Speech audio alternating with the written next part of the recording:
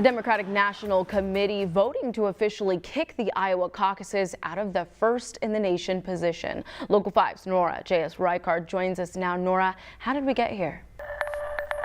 Larissa, today's vote was the culmination of a months-long process that had Iowa Democrats offering to completely reinvent how they hold the caucuses. But Democrats say the fight for first still isn't over yet.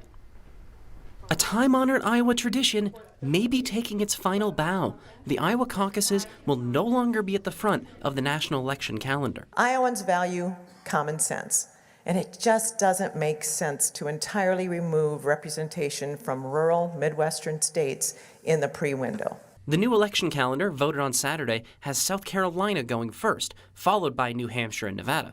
President Biden and other supporters of the decision have said it's to give African-American voters a larger say in the election process. 27% of South Carolina's population is black.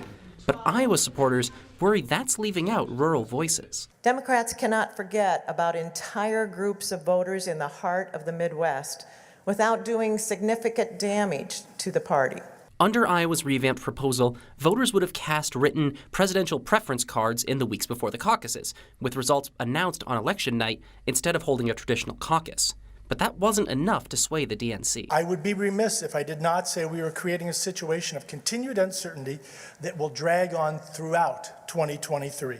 And Iowa Republicans are finding common ground with Democrats on this issue. In a statement on Twitter, Governor Kim Reynolds said the Democrats were, quote, turning their back on rural America in favor of a president who's too afraid to face our voters. The DNC has made their decision, and America is worse off because of it. Despite the vote from Democrats, Iowa Republicans will still have their separate caucuses held first in the nation.